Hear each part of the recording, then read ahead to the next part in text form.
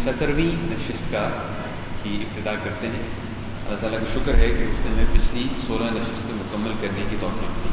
سیرت النبی میں ہم الحمدللہ اس جگہ پہ پہنچ چکے ہیں کہ پچھلی دفعہ ہم نے بات کی تھی پہلی ہجرت حبشہ کی، 11 یا 12 مرد، 3 یا 4 خواتین، اور اس ہجرت کے بعد ایک افواہ پھیلی۔ پچھلی دفعہ ہم نے اس سلسلے میں بات کی تھی، اور یہ افواہ چلتے جب تک حبشہ پہنچی تو ان لوگوں کو اس بات پہ یقین آ گیا اور وہ لوگ واپس آ گئے۔ جب وہ واپس پہنچے مکہ میں تو انہیں معلوم ہوا کہ ایسا نہیں تھا، تو ان میں سے بیشتر افراد مکہ میں چند دن گزارنے کے بعد واپس چلے گئے اور اپنے ساتھ کئی اور صحابہ کو بھی لے گئے۔ کئی اور صحابہ بھی جانے کے لیے بیداب تھے اور وہ ان کے ساتھ حبشہ چلے گئے۔ ہم نے اس سلسلے میں بات کی تھی کہ حبشہ جانے کا مقصد کیا تھا۔ جب مسلمانوں کو کسی جگہ پر اپنے دین پر عمل کرنے میں دشواری پیش آ رہی ہو، اس درجے کی دشواری کہ وہ دین کے جو ضروری اعمال ہیں، ضروری افعال ہیں، ضروری ارکان ہیں، وہ بھی پورے نہ کر سکے، تو پھر اس صورت میں وہ کسی دوسری ایسی جگہ کی تلاش کرتے ہیں جہاں پر انہیں اپنے دین پر عمل کرنے کی آزادی ہو۔ اس لیے جب پہلی ہجرت کے بعد مشرکین مکہ نے مسلمانوں کو عرصہ حیات اور زیادہ تنگ کر دیا اور زیادہ ظلم کرنا شروع کر دیا، تو بہت سارے اور ان کے ساتھ گئے۔ میں نے آپ کو ان کی تعداد بتائی، تقریباً 82 کے قریب مرد مسلمان تھے اور تقریباً غالباً 16 کے قریب خواتین تھیں، تو دوسری 18 کے قریب خواتین تھیں۔ میں معذرت چاہتا ہوں کیونکہ اس کے اندر 2 یا 3 قول آتے ہیں، ان میں سے ایک 18 ہے، ایک 19 ہے۔ خیر، اس کا مطلب ہے کہ 100 کے قریب مسلمانوں نے 101 کے قریب مسلمانوں نے دوسری دفعہ ہجرت کی۔ ہم آج اس دوسری ہجرت کے بارے میں تفصیل سے بات کریں گے کہ یہ معاملہ کیا ہے، حبشہ میں کیا ہوا۔ یہ جو آپ کو بائیں ہاتھ پہ تصویر نظر آ رہی ہے، یہ اصحمہ نجاشی کی قبر ہے۔ اب معروف ہے اس علاقے کے مسلمان، ایریتریا میں اور ایتھیوپیا میں مسلمان اس قبر کو جانتے ہیں۔ تصویر دکھانے سے میرا ایک مقصد یہ ہے کہ ہمیں تھوڑا سا تصور کر سکیں وہ کس قسم کی جگہ تھی جہاں پر یہ مسلمان گئے۔ 2-3 اہم چیزیں جن کا میں پچھلی دفعہ سرسری طور پر ذکر کیا تھا، ان میں سے ایک یہ ہے کہ جب نبی صلی اللہ علیہ وسلم نے دوسری دفعہ مسلمانوں کو ہجرت کرنے کے حوالے سے تجویز دی تو نبی صلی اللہ علیہ وسلم نے ان میں حضرت جعفر کو ان کا قائد بنایا۔ اس میں 3-4 اہم نکتے ہیں۔ سب سے پہلا نقطہ قائد کی ضرورت ہے، یعنی کسی ایک شخص کا قائد بننا، ایک کوئی لیڈر ہو، ایک نمائندہ ہو، ایک ترجمان ہو۔ تو نبی صلی اللہ علیہ وسلم نے خود حضرت جعفر کو مسلمانوں کو کہا کہ یہ آپ کے نمائندے، آپ کے قائد کے طور پر ہوں۔ دوسری بات یہ کہ خاص طور پہ حضرت جعفر ہی کیوں، ہمیں وہ خط ملتا ہے جو میں بھی آپ کو دکھاؤں گا، وہ خط یہ اگلی سلائیڈ میں ہے بائیں طرف، عربی میں وہ خط ہمیں ملتا ہے جو کہ حضرت جعفر کے ہاتھ نبی صلی اللہ علیہ وسلم نے نجاشی کے نام بھجوایا۔ اس خط میں 3-4 اہم چیزوں کا ذکر ہے، جس میں یہ چیز شامل ہے کہ میں اپنے چچا زاد بھائی جعفر کو ان باقی مسلمانوں کے ساتھ بھیج رہا ہوں۔ یعنی ایک وجہ ہمیں اس میں یہ نظر آتی ہے کہ نبی صلی اللہ علیہ وسلم کی قریبی رشتہ داری تھی۔ اس کی وجہ یہ نہیں کہ رشتہ داری ہونے کی وجہ سے وہ لیڈر بن گئے، اس کی وجہ یہ تھی کہ جب کوئی دوسرے ملک کا لیڈر پوچھے گا کہ تم کون لوگ ہو اور جن نبی کی تم بات کر رہے ہو ان میں سے تم میں سے کون ان کا قریب ترین رشتہ دار ہے، تو حضرت جعفر کی طرف اشارہ کیا جائے گا اور ان سے کہا جائے گا آپ بات کریں۔ آپ کو یاد ہوگا ہم نے ذکر کیا تھا ابو سفیان کی ہراقل سے ملاقات کے بارے میں۔ اب ظاہری بات ہے سیرت میں تو چیز بعد میں آئے گی، لیکن ابو سفیان جب ہیراکلیس رومیوں کا بادشاہ جب ان کی ملاقات ہوئی تھی تو ہیراکلیس نے بھی یہی پوچھا تھا تم میں سے کون اس کا قریب ترین رشتہ دار ہے۔ ابو سفیان مسلمان نہیں تھے اس وقت، انہوں نے کہا میں، اچھا بھی تم سامنے آؤ تم سے پوچھتے ہیں۔ ایک وجہ اس میں یہ بھی ہوگی۔ تیسری وجہ یہ جو ابھی ہمیں نظر آئے گی، آج شاید دیکھنے کا موقع ملے گا، وہ حضرت جعفر کی شعلہ بیانی ہے۔ یعنی اگر کسی شخص کو قائد بنایا جا رہا ہے کہ اس نے دوسروں کی ترجمانی کرنی ہے تو اس کے پاس کہنے کے لیے الفاظ ہونے چاہیے۔ اب وہ کسی ایسی جگہ کھڑا ہے جہاں بہت ہی ٹینشن کی انوائرمنٹ ہے، جہاں پر اس کے ایک لفظ کی وجہ سے تمام مسلمانوں کو مثال کے طور پر تہہ تہہ کیا جا سکتا ہے، مارا جا سکتا ہے، اس کے منہ سے نکلنے والے ایک لفظ کی وجہ سے مسلمانوں کی جان چھوٹ سکتی ہے۔ اب سوچ لیجئے کتنا زیادہ پریشر ہوگا اس شخص کے اوپر۔ اس قسم کے پریشر کے اندر جو شخص اپنے منہ سے صحیح کلمات ادا کر سکتا ہے، جن کی ضرورت ہے، ایسا شخص ہونا، ایسے شخص کو قائد بنانا ضروری ہے۔ اور ہم دیکھتے ہیں کہ حضرت جعفر کو بالکل صحیح چنا گیا تھا، کیونکہ اس کے بعد انہوں نے تقریریں کی 2 دفعہ نجاشی کے سامنے، 2 دفعہ انہیں تقریر کرنی پڑی، ایسی صورت میں تقریر کرنی پڑی کہ ان کے دشمن بالکل سامنے کھڑے تھے، اور انہوں نے وہ الفاظ کہے جن کی ضرورت تھی، جس کی وجہ سے مسلمانوں کو فائدہ ہوا۔ تو قائد کے طور پہ کس شخص کو رکھا جاتا ہے، اس کا بھی ہمارے سامنے ایک نمونہ حضرت جعفر موجود ہے۔ اچھا، ہم نے یہ بات بھی پچھلی دفعہ کی تھی کہ حضرت ابو بکر، حضرت عثمان، حضرت مصعب بن عمیر اور حضرت ابو سلمہ، یہ 3-4 کی کہانیوں کا میں نے ذکر کیا تھا کہ یہ پھر مکہ میں ٹھہر گئے۔ یہ پہلی ہجرت حبشہ میں موجود تھے، دوسری میں واپس نہیں گئے، یہ مکہ میں ٹھہر گئے، اور اس کے بعد پھر مدینہ کی طرف جو ہجرت ہوئی، اس میں نبی صلی اللہ علیہ وسلم کے ساتھ مدینہ تشریف لے گئے۔ جو مسلمان حبشہ میں رہے، اب ظاہری بات ان کا ذکر آئے گا، آپ اندازہ کر سکتے ہیں وہ کتنا عرصہ انہوں نے حبشہ میں گزارا۔ مسلمانوں نے 10-12 سال گزارے حبشہ میں۔ ذرا اس نقطے کو ذہن میں رکھیے کہ یہ وہ 10-12 سال کا عرصہ ہے۔ 1-2-2-2.5 سال کے بعد نبی صلی اللہ علیہ وسلم خود مدینہ تشریف لے گئے۔ وہ مدینہ میں موجود تھے جس دوران میں یہ مسلمان حبشہ میں رہ رہے تھے، اور نبی صلی اللہ علیہ وسلم نے انہیں مدینہ نہیں بلایا۔ وہ اس کے بعد تقریباً 9 سال 8-9 سال 10 سال کے قریب حبشہ میں مقیم رہے، جب تک نبی صلی اللہ علیہ وسلم مدینہ میں تھے، اور یہ ان کے قریبی رشتہ دار تھے۔ یعنی کہ ابتدائی مسلمانوں کا جو جمگٹھا تھا، جو سب سے بڑا والا حصہ تھا، وہ حبشہ میں تھا۔ پیچھے کتنے مسلمان رہ گئے ہوں گے؟ اگر 100-150 مسلمان تھے، ان میں سے 100 تو ہجرت کر گئے حبشہ، باقی کتنے رہ گئے؟ 20-25۔ ان 20-25-30 سے بڑھتے بڑھتے 40-50 ہوئے، انہوں نے پھر مدینہ کی طرف ہجرت کی۔ اب یہ نقطہ سمجھیں کہ مسلمانوں کا جو ایک بہت بڑا دھڑ تھا، وہ حبشہ میں موجود تھا۔ ایک بڑا باریک نقطہ ہے جو کہ سیرت میں ہمیں نبی صلی اللہ علیہ وسلم کی حاضر دماغی اور ان کی پلاننگ کو سمجھنے کے لیے ضروری ہے کہ کیا وجہ تھی کہ حبشہ اتنا بڑا مسلمانوں کا حصہ حبشہ میں رہا 10-12 سال تک۔ اچھا، ہم نے پچھلی دفعہ اس چیز کی ابتدا کی تھی کہ قریش کو جب معلوم ہوا کہ یہ مسلمان حبشہ گئے ہیں اور ان کی بے عزتی ہو رہی تھی، تو انہوں نے عمرو بن العاص اور ایک اور شخص، دوسرے شخص کے بارے میں اختلاف ہے کہ وہ کون تھے۔ 2 نام آتے ہیں، 2 نام کم از کم مجھے یاد ہے، ان کے علاوہ اور بھی ہوں گے۔ ایک ہے عبداللہ بن ابی ربیعہ، اور دوسرے کا نام ہے غالباً عمارہ بن ولید۔ یہ 2 نام آتے ہیں، خیر اس سے فرق نہیں پڑتا۔ اہم بات یہ ہے کہ عمرو بن العاص، اب ہم کہیں گے رضی اللہ عنہ، کیونکہ اس وقت وہ اسلام نہیں لائے تھے، بعد میں اسلام لے آئے، انہیں بھیجا گیا سفیر کے طور پہ حبشہ میں، اور وہ نجاشی کو جانتے بھی تھے۔ وہ اپنے ساتھ بہت تحائف لے کے گئے۔ پچھلی دفعہ اس کا ہم نے ذکر کیا تھا کہ وہ تحائف نجاشی کو دینے سے پہلے انہوں نے نجاشی کے درباریوں کو دیے، ایک ایک جا کے ملے اور ان کو تحائف دیے اور کہا بھی کل ہم اپنا مدعا پیش کریں گے۔ اصل میں بات یہ ہے کہ ہمارے ملک کے رہنے والے کچھ بہرارو قسم کے نوجوان ہیں، وہ یہاں پر آ گئے ہیں، تو آپ ایسا کریں کہ ان کو ہمارے حوالے کر دیں، کل ہم نجاشی کے دربار میں یہ چیز پیش کریں گے، تو آپ ایسا کیجیے گا کہ ہماری ہاں میں ہاں ملائیے گا۔ نوٹس کیجیے کہ انہوں نے کیا الفاظ استعمال کیے۔ انہوں نے مسلمانوں کے بارے میں کہا نوجوان ہیں، یہ ان کے الفاظ ہیں، عمرو بن العاص کے الفاظ ہیں، نوجوان ہیں، نا سمجھ ہیں، انہوں نے اپنی قوم کا دین چھوڑ دیا ہے اور آپ کے دین میں داخل نہیں ہوئے، ایک نیا دین ایجاد کر لیا ہے، اور ہمیں آپ کی خدمت میں ہمارے عمائدین، ہمارے سربراہ لوگوں نے بھیجا ہے۔ یہ 4 باتیں انہوں نے کی۔ سوچئے یہ کیا کہہ رہے ہیں، اور آج کل اپنے دین پر عمل کرنے والے مسلمانوں کے بارے میں کیا باتیں کی جاتی ہیں، ان میں کتنا فرق ہے۔ سوچئے، نوجوان ہیں، نہ سمجھ ہیں، نئی چیزیں شروع کر دی ہیں انہوں نے، اور ہمیں سمجھ بوجھ رکھنے والے لوگوں نے بھیجا ہے کہ ذرا ان کو ہمارے حوالے کر دیں۔ یعنی عجیب سے کچھ لوگ آ گئے ہیں، اور کوئی بھی حکومت ہو، ان کے سامنے کوئی نیا اس قسم کا قضیہ آئے، وہ اس سے ڈیل نہیں کرنا چاہتے۔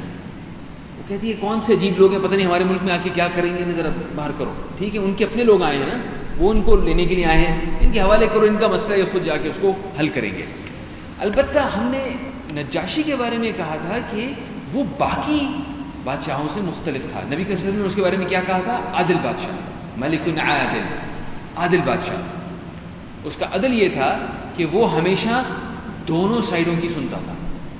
ایک تو ٹھیک ہے عمر، آپ میرے جاننے والے ہیں، میں آپ پہ اعتماد کرتا ہوں، آپ نے مجھے بات بتا دی، لیکن کوئی وجہ ہوگی نا کہ انہوں نے میرے ملک کا انتخاب کیا، وہ تو دنیا میں کہیں بھی جا سکتے تھے، تو میں کم از کم انہیں بلا کے پوچھوں تو صحیح. اور اس نے بلاوا بھیج دیا, بلاؤ بھائی ان کو, یہ کون ہے مسلمان. اب مسلمانوں کو توقع نہیں تھی کہ انہیں بادشاہ کے دربار میں بلایا جائے گا. وہ تو ایک ملک میں جا کے رہ رہے تھے, خاموشی سے رہ رہے تھے, مقامی قانون کے اوپر عمل کرتے ہوئے رہ رہے تھے. ان کی توقع نہیں تھی کہ ان کو بادشاہ کے دربار میں بلایا جائے گا. تو بلاوا آیا, مسلمانوں نے آپس میں مشورہ کیا اور کہا کہ اب ہم کیا کریں. نجاشی ہم سے پوچھے گا, ہم نے سنا ہے کہ عمرو بن العاص آئے ہیں اور انہوں نے یہ بات کی ہے, تو کیا کریں ہم. اس مشورے کے دوران جعفر رضی اللہ عنہ نے کہا, اور اب دیکھیے کہ ان کا چناؤ کیوں کیا گیا تھا. انہوں نے کہا جو کچھ بھی ہوگا ہم سچ کہیں گے, ہمارے دین میں ہمیں جو کچھ سکھایا گیا ہے وہ بتا دیں گے, ہم یہاں جس وجہ سے آئے ہیں وہ بتا دیں گے. تو حضرت جعفر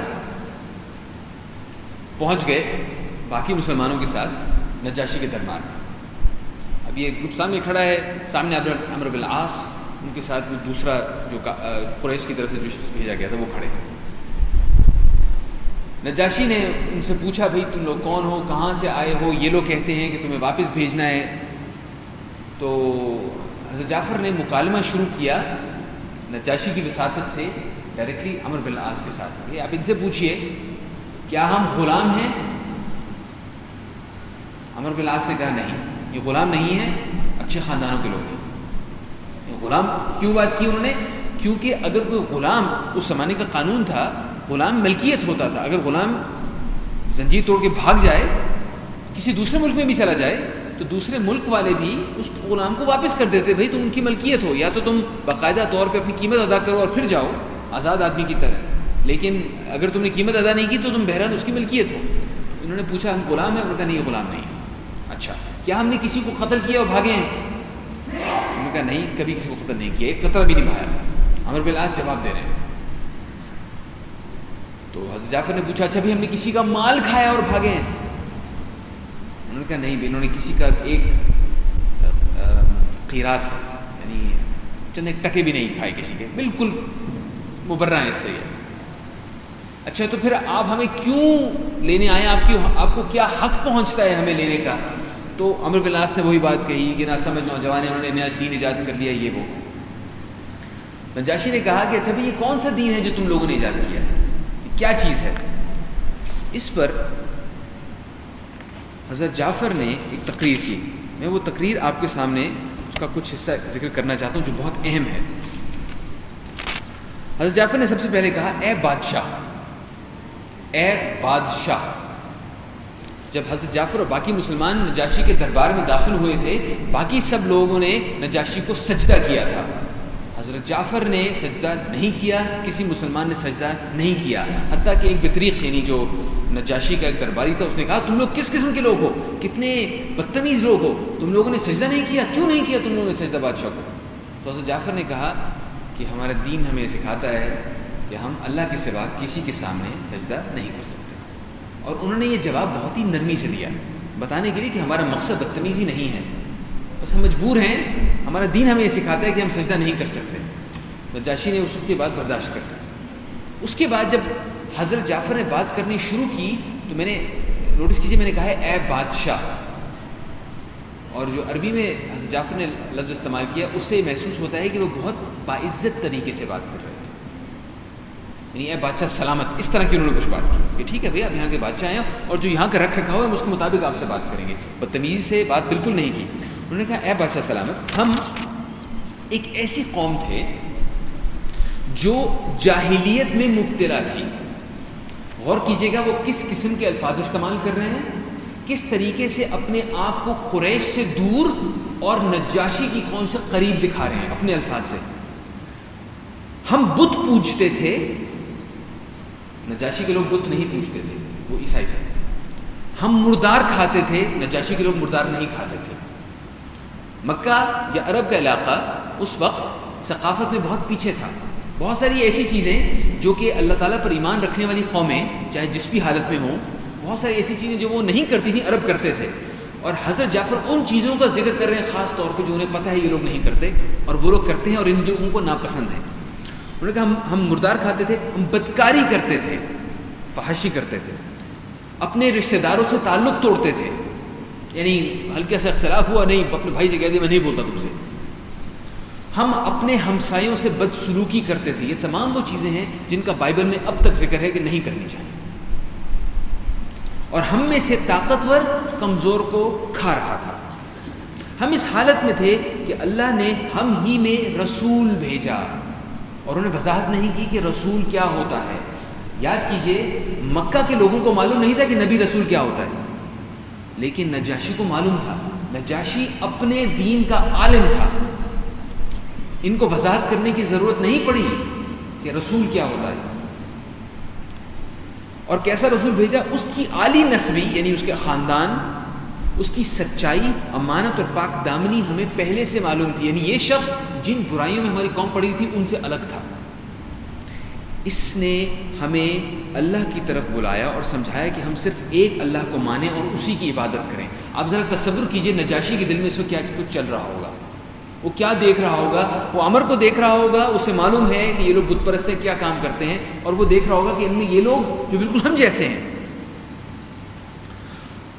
اور بتوں کو اور اس کے سوا یعنی اللہ کے سوا جن پتھروں اور بتوں کو ہمارے باپ دادا پوجتے تھے انہیں چھوڑ دیں. اس نے ہمیں آگے کیا احکامات آ گئے. اس وقت تک اسلام یہی تھا. اس وقت تک کیا اسلام تھا؟ ایک اللہ کی عبادت کریں, لوگوں سے اچھا سلوک کریں, سچ بولیں, امانت ادا کریں, رشتہ داروں سے تعلق جوڑیں, پڑوسی سے اچھا سلوک کریں, اور بدکاری اور خون ریزی سے بلا وجہ کا قتل اس سے باز رہیں. اور یہی اس زمانے میں اسلام کے احکامات اتنے تھے. بس وہ اس احکامات انہوں نے پیش کر دیے جو کہ اس زمانے کی عیسائیت سے بالکل مطابقت رکھتے تھے. اس کے بعد انہوں نے پھر نماز, روزے اور زکوٰۃ کا ذکر کیا کہ اللہ تعالیٰ نے ہمیں اس کا حکم دیا. اس کے بعد انہوں نے کہا کہ ہم نے اس پیغمبر کو مانا, اس پر ایمان لائے, اس کے لائے ہوئے دین میں اس کی پیروی کی. چنانچہ ہم نے صرف اللہ کی عبادت کی, اس کے علاوہ کسی کو شریک نہیں کیا. اور جن باتوں کو اس پیغمبر نے حرام بتایا تھا ہم نے انہیں حرام مانا, ان کو حلال بتایا انہیں حلال جانا. اس پر ہماری قوم, یہ عمر اور جو اس کے ساتھ یہ لوگ آئے ہوئے, یہ ہم سے بگڑ گئے. انہوں نے ہم پر ظلم و ستم کیا اور ہمیں ہمارے دین سے پھیرنے کے لیے فتنے اور سزاؤں سے دوچار کیا. ذرا سوچئے, حضرت عیسیٰ جن کا واقعہ عیسائی روز پڑھتے تھے, ان کے ساتھ کیا ہوا, ان کی قوم نے کیا کیا. اسی طریقے سے یہ کہانی بھی بیان کی جا رہی ہے. اور جن گندی چیزوں کو انہوں نے کہا, ہماری قوم نے کہا کہ ہم اللہ کی عبادت چھوڑ کے بت پرستی کی طرف پلٹ جائیں, اور جن گندی چیزوں کو وہ لوگ حلال سمجھتے تھے ہم بھی انہیں حلال سمجھنے لگے. انہوں نے ہمیں بہت قہر کیا, ہم پر بہت قہر کیا, بہت ظلم کیا, ہم پر زمین تنگ کر دی, حتیٰ کہ ہمارے اور ہمارے دین کے درمیان میں دیوار بن گئے. اس پر ہم نے آپ کے بارے میں سنا اور آپ کی ملک کی راہ لی, اور دوسروں پر آپ کو ترجیح دی اور آپ کی پناہ میں رہنا پسند کیا, اور اس پر یہ امید کی کہ اے بادشاہ سلامت, آپ کے پاس ہم پر ظلم نہیں کیا جائے گا. ان الفاظ کو کتنی احتیاط سے چنا گیا ہے اور لکھے بغیر حضرت جعفر نے, ان کی مقرری ایسی تھی کہ وہاں پر بیان کیا. ذرا سوچئے, کیا حضرت جعفر کے انتخاب میں ہو سکتا ہے یہ بھی حکمت نہیں ہو سکتی کہ وہ کتنا اچھی طرح مسلمانوں کو مدعا بیان کر سکتے تھے. نجاشی نے کہا اچھا چلیے ٹھیک ہے. اب نجاشی متوجہ ہو گیا. اس سے پہلے ایک بادشاہ تھا جس کے پاس ایک درخواست آئی تھی, وہ درخواست سننے کے لیے اس نے صرف دوسری سائڈ کی بات سننے کے لیے ان کو بلایا تھا. اب اس نے بات سن لی, اب اس کی دلچسپی پیدا ہو گئی. اس نے کہا اچھا اب ایسا کیجئے کہ آپ کے پاس جو پیغام ہے, یہ جو پیغمبر لائے ہیں, ذرا یہ پیغام ہمیں سنائیے. حضرت جعفر نے سورہ مریم کی تلاوت کی, ابتدائی آیات. نجاشی کے سامنے جب اس کی, شاید وہ عربی سمجھتا تھا, شاید اس کے سامنے ٹرانسلیشن کی جا رہی تھی, وہ رونے لگ پڑا. حتیٰ کہ وہ تمام بشپ اس کے جو قریب کھڑے ہوئے تھے وہ بھی رونے لگ پڑے, کیونکہ ابتدائی آیات میں حضرت مریم کی, حضرت عیسیٰ علیہ السلام کی زندگی کا ذکر ہے, کی تفصیل ہے. اور جتنی خوبصورت انداز میں مکی صورتیں اور مدنی صورتوں میں ایک فرق بھی ہے کہ مکی صورتیں بہت مترنم ہوتی ہیں, بہت خوبصورت ان کی آواز ہوتی ہے, تو بہت ممکن ہے کہ اس کا بھی اثر ہوا ہو. نجاشی نے یہ کلام سنا, اس کے بعد اس نے اپنے جو بطریق اس کے قریب عالم کھڑے ہوئے تھے باقی عیسائی تھے, اس نے ان سے پوچھا کہ مجھے بتاؤ کیا تم لوگ جانتے ہو حضرت عیسیٰ کے بعد کسی پیغمبر کا آنا؟ ظاہر ظاہری بات ہے نجاشی خود یہ بات جانتا تھا، لیکن اس نے ان سے پوچھا تو اس کے ساتھیوں نے کہا کہ بالکل جانتے ہیں، حضرت عیسیٰ نے بشارت دی تھی، جسے انگریزی میں گڈ نیوز کہا جاتا ہے، آج کل بھی عیسائی اس کو پڑھتے ہیں۔ حضرت عیسیٰ نے بشارت دی تھی اپنے بعد ایک آنے والے کی جو دین کو مکمل کرے گا، اور میں نے جب ہماری ابتدا ہو رہی تھی تو میں نے پہلے والے سیشن میں، پہلی نشست میں اس کے تفصیل سے ذکر کیا تھا۔ کئی آیات ہیں اب تک بائبل میں نبی کریم صلی اللہ علیہ وسلم کے بارے میں نام سے ان کا ذکر ہے، تو ان کے بطریقوں نے وہ آیات ذکر کی کہ ہاں بالکل ہم ان کا ذکر یہ جانتے ہیں۔ اس پہ نجاشی نے کہا کہ یہ کلام جو حضرت جعفر نے ابھی ہمیں بتایا ہے اور وہ کلام جو حضرت عیسیٰ علیہ السلام لے کر آئے تھے، دونوں ایک ہی شمعدان سے نکلے ہیں، یعنی دونوں کی روشنی ایک ہی جگہ سے آ رہی ہے۔ نجاشی مان گیا کہ نبی کریم صلی اللہ علیہ وسلم اللہ کے پیغمبر ہیں۔ ابھی یہ بات نہیں ہوئی کہ آخری پیغمبر ہیں، یہ بات نہیں ہوئی کہ حضرت عیسیٰ اللہ کے بیٹے نہیں تھے، اس پہ کوئی ڈسکشن نہیں ہوئی، نہ ہی حضرت جعفر نے جان بوجھ کے وہ چیزیں سامنے لائیں، کی ضرورت نہیں ہے، انہوں نے وہ باتیں پیش کی جن کی ضرورت تھی۔ نجاشی بات سمجھ گیا۔ اس کے بعد نجاشی نے حضرت عمر کو کہا، اور حضرت عبداللہ اگر ان کے ساتھ وہ تھے، ان دونوں کو کہا کہ دیکھو میں ان لوگوں کو تمہارے حوالے نہیں کر سکتا، اور نہ یہاں ان کے خلاف کوئی چال چل سکتی ہے، بالکل نہیں کروں گا، جاؤ۔ وہ نکل گئے۔ نکلتے ہوئے حضرت عمر نے اپنے ساتھی کے کان میں سرگوشی کی اور کہا کہ ابھی میرے پاس ایک اور، یوں سمجھے ہماری زبان میں کہیں گے ترک کا پتہ ایک اور ہے، میرے پاس ایک اور چیز ہے جو میں نے چھپا کے رکھی ہوئی ہے، کل میں آؤں گا وہ بتاؤں گا، اور پھر ان لوگوں کی یہاں سے جڑ کاٹتی جائے۔ اس پہ جو ان کے ساتھ دوسرے صاحب تھے وہ ذرا نرم گو تھے، انہوں نے کہا کہ دیکھو ایسا نہ کرو، ہیں تو یہ ہمارے رشتہ دار ہی نا، کیوں ان کی اس طرح پیچھے پڑ جائیں، ہم آئے، ہم نے کوشش کی، نہیں چلا کام، چلو واپس چلتے ہیں۔ حضرت عمر نے کہا نہیں۔ تو خیر اگلی دفعہ وہ آئے، اگلے دن وہ آئے اور نجاشی کے دربار میں پھر پہنچ گئے اور کہا کہ آپ سے ایک اور بات کرنی ہے۔ نجاشی نے کہا کل بات ہو گئی، ختم ہو گیا معاملہ، اب کیا کرنے آئے؟ انہوں نے کہا دیکھیں یہ لوگ جو ہیں نا، انہوں نے آپ کو ایک بات نہیں بتائی، چھپا لی ہے، یہ حضرت عیسیٰ کے بارے میں ایک بہت خطرناک بڑی بات کہتے ہیں۔ تو نجاشی پھر اس پہ اس کو پریشانی ہوئی، اس نے کہا ٹھیک ہے بلاؤ انہیں۔ اس دفعہ جب اس نے بلانے کے لیے کہا تو اس نے مسلمانوں کو اس طرح کا سخت حکم بھجوایا کہ فوراً پہنچو۔ اب جب مسلمانوں کے پاس بلاوا آیا، اور یہ تمام واقعات ہمیں ام سلمہ رضی اللہ تعالیٰ عنہ ذکر کرتی ہیں، بخاری شریف کی حدیث ہے یہ، کیونکہ حضرت ام سلمہ شروع میں وہاں پہ موجود تھی، انہوں نے ذکر کیا کہ یہ واقعات کیا ہو رہے ہیں۔ تو مسلمانوں کی طرف جب بلاوا آیا، دوسرا بلاوا جب نجاشی کا، اور اتنا سخت قسم کا بلاوا آیا، تو وہ بہت پریشان ہو گئے، حتیٰ کہ اتنے پریشان ہو کہ پہلی دفعہ نہیں ہوئے تھے۔ انہوں نے آپس میں مشورہ کیا، حضرت جعفر نے کہا بہرحال ہم تو سچ بولیں گے، ہم سے وہ حضرت عیسیٰ کے بارے میں پوچھیں گے، ہم سچ بولیں گے، جو کچھ ہمیں بتایا گیا ہے نبی کے وسلم کی طرف سے ہم سچ ہی بولیں گے۔ وہ پہنچ گئے نجاشی کے دربار میں، اور نجاشی نے ان سے پوچھا کہ کیا بات ہے جس کے بارے میں سن رہا ہوں کہ تم حضرت عیسیٰ کے بارے میں کہتے ہو، یہ جو بڑی بات تم کہتے ہو بتاؤ ہمیں، تم لوگ کیا سمجھتے ہو حضرت عیسیٰ کے بارے میں؟ تو حضرت جعفر نے کہا ہم عیسیٰ علیہ السلام کے بارے میں وہی بات کہتے ہیں جو ہمارے نبی صلی اللہ علیہ وسلم لے کر آئے ہیں۔ اہم بات، سب سے پہلا جملہ کیا ہے؟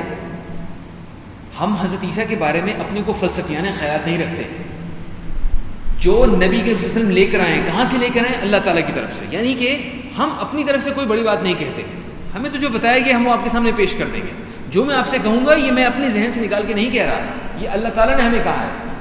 یہ نقطہ بہت باریک ہے لیکن بہت اہم ہے، اس لیے کسی زمانے میں ہم لوگ دعوت میں شریک تھے اور کچھ دعوت کیا کرتے تھے غیر مسلموں کو، تو کئی دفعہ غیر مسلم سوال پوچھے کہ تم لوگ روزہ کیوں رکھتے ہو؟ اب اس جمع سال تھے اور کچھ سمجھ نہیں تھی، تو اس وقت ہم اپنی طرف سے بڑی توجہ پیش کرتے جی اصل میں اس کی وجہ یہ ہے کہ یہ جسمانی صحت کے لیے بڑا اچھا ہے، اس طرح کی باتیں ہم کرتے جو فرینکلی اب مجھے لگتا ہے بڑی فضول قسم کی بات تھی۔ ہم روزہ اس لیے رکھتے ہیں کہ اللہ تعالیٰ کا حکم ہے، یہ ایک سمپل جواب ہے، غیر مسلم کو بھی یہ جواب دینا ضروری ہے، اس سے پتہ چلے ہم اصل میں روزہ اس لیے رکھتے ہیں کہ اللہ تعالیٰ کا حکم ہے۔ ہاں اس میں بہت حکمتیں ہوں گی، صحت کے لیے بھی اچھا ہوگا، لیکن ہم نے اگر صحت کے لیے اچھا رکھنا ہوتا تو ہم رمضان کے علاوہ بھی ہر روز روزہ رکھا کرتے۔ اصل میں وجہ یہ ہے کہ اللہ تعالیٰ کا حکم ہے۔ نماز کیوں پڑھتے ہو؟ اللہ تعالیٰ کا حکم ہے۔ حجاب کیوں پہنتی ہے خواتین؟ اللہ تعالیٰ کا حکم ہے۔ تم سور کا گوشت کیوں نہیں کھاتے؟ مجھے یاد ہے وہ وقت میں اور میرا بھائی کسی سے بات کر رہے تھے اور وہ پوری کوشش کر رہا تھا سمجھانے کی کہ سور کے گوشت کے اندر بڑی بیماریاں ہوتی ہیں اور یہ اور وہ، حقیقت میں اللہ تعالیٰ کا حکم ہے۔ تو حضرت جعفر کیا کہہ رہے ہیں یہاں پہ کہ ہم وہی کہتے ہیں جو اللہ تعالیٰ کا حکم ہے. ہمیں غیر مسلم سے بات کریں اسے پہلی بات سمجھ آنی چاہیے کہ اللہ تعالیٰ جو حکم دیتے ہیں, مسلمان ایسے لوگ ہیں جو وہ کام کرتے ہیں جس کا اللہ تعالیٰ کا حکم دیتے ہیں, کیونکہ یہ قدر مسلمانوں اور غیر مسلموں میں مختلف ہے. مسلمان اور غیر مسلم اللہ تعالیٰ کے احکامات کو ایک طریقے سے نہیں دیکھتے. کئی دفعہ عیسائیوں سے بات کرتے ہوئے ہمارے سامنے یہ بات آئی ہے, ہم نے کہا کہ بھائی آپ کی اپنی کتاب میں یہ لکھا ہے تو آپ اس پہ کیوں عمل نہیں کرتے؟ وہ اس جواب کیوں دیتے ہیں, اچھا وہ تو لکھا ہے نہیں لیکن اس کے بعد ہم نے بڑی ترقی کر لی ہے, ہم اس کے ہکے بکے رہ جاتے ہیں, اب کیا کہیں. مسلمان بہرحال وہ کرتے ہیں جو اللہ تعالیٰ کا حکم ہے. ہم حضرت عیسیٰ علیہ السلام کے بارے میں وہی بات کہتے ہیں جو ہمارے نبی لے کر آئے ہیں, یعنی حضرت عیسیٰ اللہ کے بندے, اس کے رسول, اس کی روح اور اس کا وہ کلمہ ہے جسے اللہ نے کنواری پاک دامن حضرت مریم علیہ السلام پر القاء کیا تھا. اب ایک عیسائی حکومت میں ان کی قلمرو ہے, ان کی مرضی ہے, جو مرضی آپ کے ساتھ کریں. آپ نے ان کے دین کے بارے میں ایسی بات کر دی ہے جو کہ ان کے دین سے بالکل مختلف ہے. ظاہری بات ہے بہت احتیاط سے کی ہے, نرمی سے بات کی ہے, عزت سے بات کی ہے, لیکن ان کے دین کے بالکل خلاف بات کر دی ہے. اور مسلمانوں کا اندازہ تھا اس وقت کہ ہم یہ بات کہیں گے ہمیں دربار سے نکال دیا جائے گا, امر بالعاص لے کے جائیں یا نہ لے کے جائیں, ہم سب کو ویسے ہی مار دیا جائے گا کہ ہم نے یہاں پر ایک طرح سے کفر کہہ دیا ہے ان کے خلاف. لیکن حقیقت ہے وہ ان حقیقت جس بہترین انداز میں پیش کر سکتے تھے وہ کر گئی. اس پہ بڑی ہی حیران کن بات ہو گئی. نجاشی نے زمین سے ایک تنکا اٹھایا, وہ کہا جاتا ہے وہ خود اس کی اپنی مسواک تھی, اس کے ساتھ کچھ چیز تھی, اس نے وہ اٹھائی, وہ تنکا اٹھایا, کہا خدا کی قسم جو کچھ تم نے کہا ہے حضرت عیسیٰ علیہ السلام اس سے اس تنکے کے برابر بھی بڑھ کر نہ تھے. یعنی وہی تھے جو تم نے کہا ہے, جو تم نے کہا ہے حضرت عیسیٰ کے بارے میں, حضرت عیسیٰ بالکل ویسے ہی. اب جو ارد گرد عیسائیت کے جو باقی پادری حضرات کھڑے تھے انہوں نے اس پر بڑی اونچی سی آواز نکالی, ہاں, اور ہمارے پاس جو منقول ہے وہ ہاں کی آواز ہے. انہوں نے اس طرح کی آواز نکالی کہ اچھا ہمارا بادشاہ کیا کہہ رہا ہے, یہ تو عیسائیت کا سب سے بڑا علم بردار ہے, یہ ایسی بات کیا کہہ رہا ہے. اس پہ نجاشی نے کہا تم لوگ ایسی آوازیں نکالتے رہو, بے شک ہوں کی آوازیں نکالتے رہو, میرا یہ یقین ہے یہ مسلمان بالکل ٹھیک کہہ رہے ہیں. اور نجاشی نے مسلمانوں سے کہا کہ تم لوگ جاؤ, میرے ملک میں امن سے رہو, جو تمہیں گالی دے گا ہم اس پر تاوان لگائیں گے. مجھے گوارا نہیں کہ تم میں سے کسی آدمی کو ستاؤں اور اس کے بدلے مجھے سونے کا پہاڑ بھی دے دیا جائے. اب نجاشی بالکل کھل کر اپنی قوم کے سامنے آ گیا کہ یہ میرا بھی عقیدہ ہے. نجاشی کے اپنے دربار میں اس کے خلاف سازشیں شروع ہو گئی. حضرت عمرو بن العاص کو تو بھجوا دیا گیا, مسلمانوں کو یہ پتہ چلنا شروع ہو گیا, اب نجاشی سے ان کے تعلقات ہو گئے. نبی کے وسلم نے جو خط بھجوایا تھا جس کی شکل میں نے آپ کو یہاں دکھائی تھی, یہ جو خط لیفٹ ہینڈ سائڈ پر ہے, یہ جو خط بھجوایا تھا, اس خط کے جواب میں نجاشی نے نبی کے وسلم کو ایک پیغام بھجوایا کہ میں آپ پر ایمان لاتا ہوں, اگر آپ مجھے حکم دیں گے تو میں فوراً آپ کے پاس آ جاؤں گا آپ کی خدمت میں رہنے کے لیے. یعنی نجاشی اسلام لے آیا, اور اس کے مسلمانوں کے ساتھ جو تعلقات تھے اس میں اس نے مسلمانوں کو بتایا کہ میرے خلاف اس محل میں سازش ہو رہی ہے میرے اپنے لوگوں میں. اس کی وجہ یہ ہے کہ میں نے کھلم کھلا یہ کہہ دیا ہے کہ میں حضرت عیسیٰ کو اللہ کا بیٹا نہیں مانتا بلکہ ان کا رسول مانتا ہوں, تو میرے اپنے لوگ میرے خلاف سازشیں کر رہے ہیں. وہ سازشیں اتنی بڑھ گئیں کہ نجاشی کو یہ ڈر ہوا کہ اب مجھے مار دیا جائے گا. حتیٰ کہ ایک رات مسلمانوں کو ایک پیغام بھجوایا گیا اور کہا کہ فلاں جگہ پر ایک کشتی تیار کھڑی ہے, اس کا ملاح یعنی ایک کیپٹن وہ بھی وہاں پہ موجود ہے, وہ آپ کا انتظار کر رہا ہے. اگر آپ کو خبر ملے کہ مجھے قتل کر دیا گیا ہے تو آپ فوراً سے پیشتر اس جگہ کا رخ کریں, اس کشتی میں سوار ہو جائیں, اور وہ کشتی بھی آپ کی اور وہ ملاح بھی آپ کا, آپ اسے جہاں کہیں گے وہ کشتی آپ کو وہاں لے جائے گی. یعنی اپنے مسلمان بھائیوں کے لیے نجاشی نے بندوبست کر لیا تھا. کیا اس کے علاوہ, اس نجاشی کے علاوہ, میں نے آپ کو بتایا تھا کہ نجاشی کا مطلب بادشاہ ہوتا ہے, اس کا اصل نام اصحمہ تھا. کیا اصحمہ کے علاوہ کوئی اور مسلمان تھے حبشہ میں یا نہیں, ہمارے پاس کوئی ثبوت نہیں ہے اس کا, تو ہم اپنی طرف سے کچھ کہہ نہیں سکتے. ہو سکتا ہے کچھ لوگ اسلام میں لائے ہوں, لیکن ہمارے پاس اس کا کوئی ثبوت نہیں. ہمیں یہ معلوم ہے کہ نجاشی مسلمان تھا, ہو سکتا ہے اس کی کچھ قریبی ساتھیوں میں ایسے لوگ ہوں جو اس کے ساتھ اتفاق کرتے ہوں, جنہوں نے یہ پیغام رسانی کا کام کیا.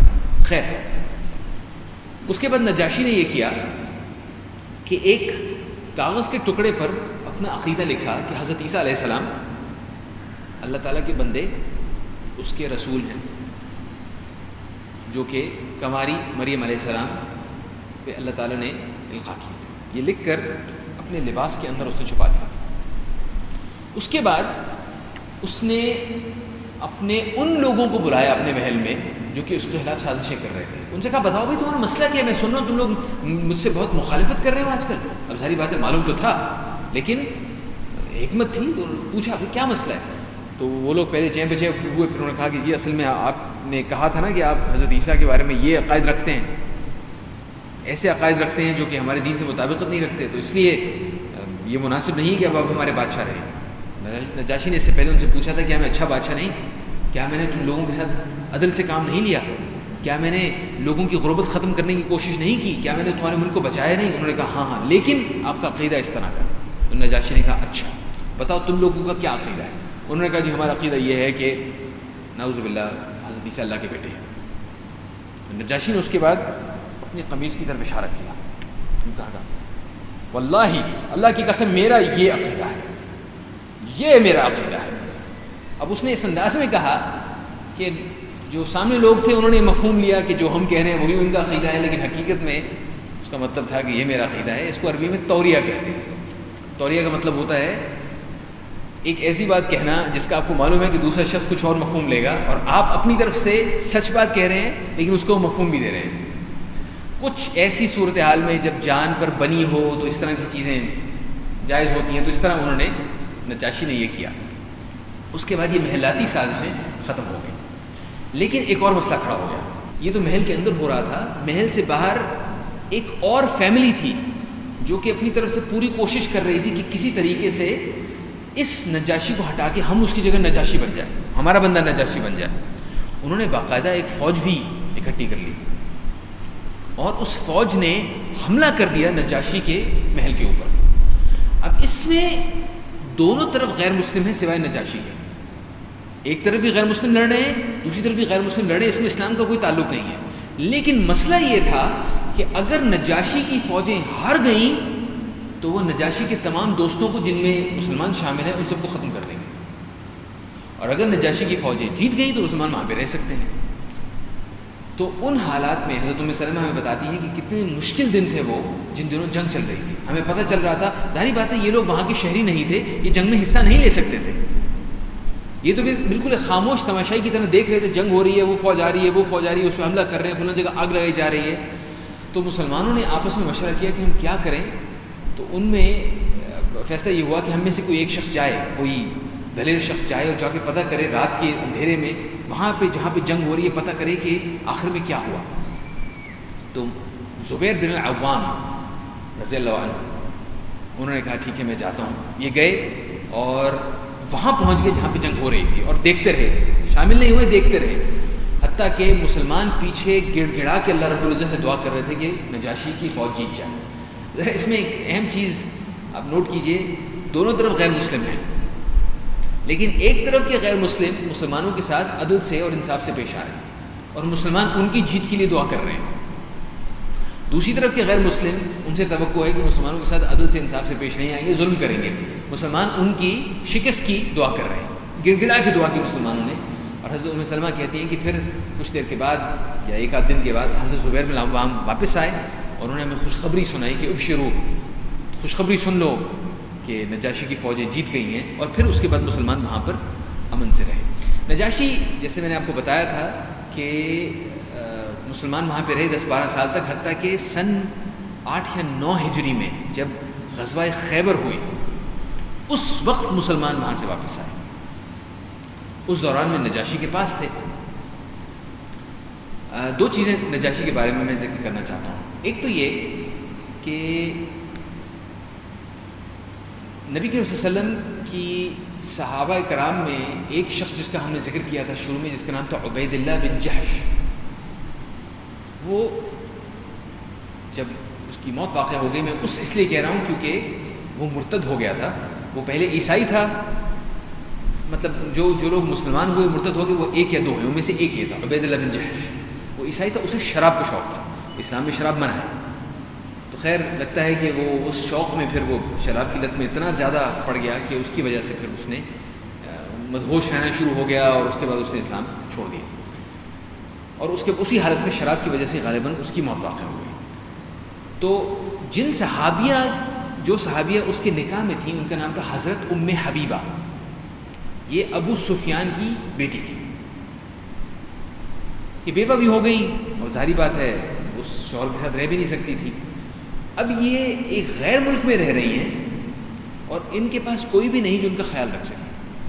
اور صحابہ کرام کی یہ عادت تھی کہ جب انہیں پتہ چلتا تھا کہ کوئی خاتون, چاہے اس کی جتنی بوڑھیا بھی ہو, اگر اس کا خیال رکھنے والا کوئی نہیں تو وہ کوشش کرتے تھے کہ اس کا خیال رکھنے کے لیے کوئی بندوبست ہو جائے. اس کا واحد طریقہ یہ تھا ان کے پاس کہ وہ خاتون کسی کی زوجیت میں آ جائیں, ان سے شادی کر لی جائے.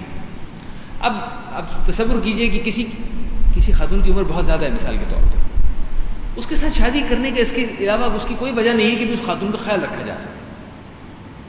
تو اس طریقے سے صحابہ کرام کسی بھی خاتون کو اگر بیوہ یا طلاق مطلقہ دیکھتے تھے, طلاق شدہ دیکھتے تھے, تو وہ ہمیشہ کوشش کرتے تھے کہ اس کو شادی کا پیغام بھیجیں کہ بھائی آپ ہماری مسلمان کمیونٹی کا حصہ ہیں, آپ اگر اس پریشانی کی حالت میں ہیں تو ہم آپ کا خیال رکھیں گے, آپ کا نان نفقہ ہم برداشت کریں گے, کہ گھر کا خرچہ دیں گے. آپ کے بچے ہیں تو ان بچوں کے اوپر باپ کا جو سایہ ہوتا ہے وہ ہم بنیں گے.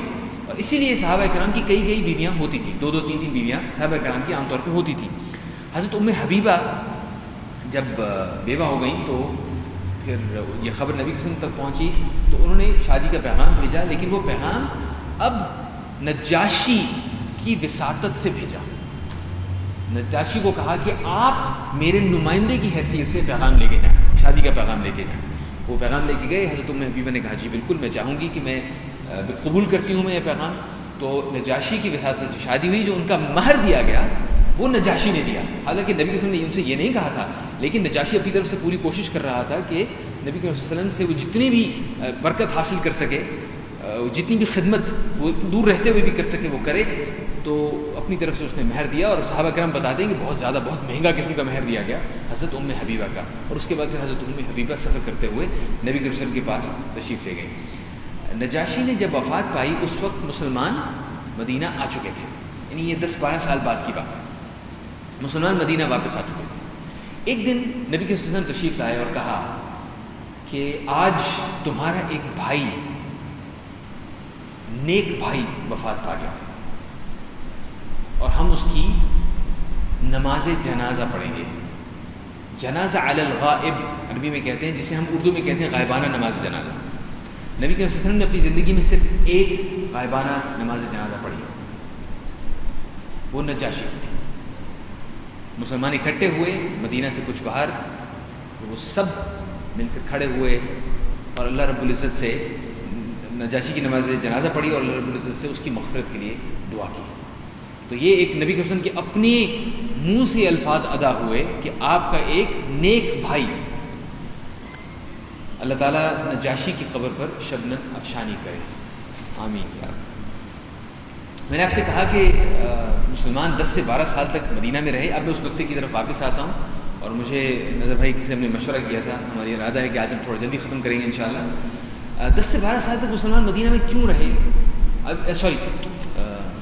حبشہ میں کیوں رہے, مسلمان حبشہ میں کیوں رہے جبکہ مدینہ میں مسلمان تھے, ان کی حکومت قائم ہو رہی تھی, قریش سے ان کی جنگیں ہو رہی تھیں, آہستہ آہستہ مضبوط ہو رہے تھے. کیا وجہ ہے کہ سن 8 یا 9 ہجری تک مسلمان حبشہ میں رہے؟ اتنا بڑا حصہ مسلمانوں کا, ابتدائی مسلمانوں کا, کبار صحابہ کا, یہ وہ نام ہیں جو کہ بالکل شروع میں مسلمان ہوئے تھے لوگ, یہ حبشہ میں کیوں رہے؟ ذرا سوچیے اس کے بارے میں. مدینہ, ابھی ہم انشاءاللہ سیرت میں اللہ تعالیٰ نے ہمیں موقع دیا تو انشاءاللہ ہم سیرت کے مختلف مراحل سے گزریں گے. مدینہ اس وقت تک مضبوط نہیں ہوا تھا, محفوظ نہیں سمجھا جا سکتا تھا جب تک مسلمانوں نے خیبر فتح نہیں کر لیا. خیبر کی فتح اللہ تعالیٰ نے ہمیں موقع دیا انشاءاللہ, تو ہم دیکھیں گے وہ کیسے ہوئی. خیبر کی فتح تک مدینہ بہرحال خطرے کی حالت میں تھا. تو لگتا یہ ہے, اور کئی علماء نے اس کا ذکر بھی کیا ہے, کہ نبی صلی اللہ علیہ وسلم نے حبشہ کو ایک بیک اپ پلان کے طور پہ رکھا ہوا. خدا نہ خواستہ اگر مسلمانوں کے اوپر مدینہ میں حملہ ہوتا ہے تو بہرحال ہمارے بھائی حبشہ میں محفوظ موجود ہیں، اسلام قائم رہے گا۔ اور یہ وہ حکمت عمل تھی جس کے تحت مسلمان اتنا عرصہ حبشہ میں گزار کے آئے، حالانکہ نبی صلی اللہ علیہ وسلم کے قریبی رشتہ دار ان میں شامل تھے، حضرت جعفر ان کے کزن تھے۔ انشاءاللہ ہم یہاں پہ اختتام کریں گے، اور اگلی نشست میں جو کہ اگلی جمعرات کو ہوگی انشاءاللہ اگلی جمعرات کو جو ہماری اگلی نشست ہوگی، اس میں میں تیاری تو کی ہوئی تھی لیکن اگلی دفعہ کریں گے حضرت حمزہ اور حضرت عمر کے قبول اسلام کے بارے میں بات کریں گے کہ جس دوران میں حبشہ میں یہ سب کچھ ہو رہا تھا، مکہ میں کیا ہو رہا تھا۔ قریش جب انہیں پتہ چلا کہ یہ اتنے سارے مسلمان نکل گئے ہیں اور چند ایک مسلمان رہ گئے ہیں تو انہوں نے ظلم بڑھا دیا۔ اس ظلم کے رد عمل کے طور پہ اچانک مکہ کے افق پہ 2 ستارے نمودار ہوئے، حضرت حمزہ اور حضرت عمر، ایک دوسرے کے 3 دن کے اندر اندر یہ دونوں مسلمان ہو گئے۔ وہ کیسے ہوا، وہ کیا حالات تھے، اور ان کے اسلام لانے کے بعد مسلمانوں کو کس قسم کی عزت نصیب ہوئی، اور اسلام کی طرف لوگوں کا رویہ کیسے بدل گیا۔ انشاءاللہ اگلی دفعہ اگلی نشست میں اگلی جمعرات کو ہم اس چیز کے بارے میں بات کریں گے۔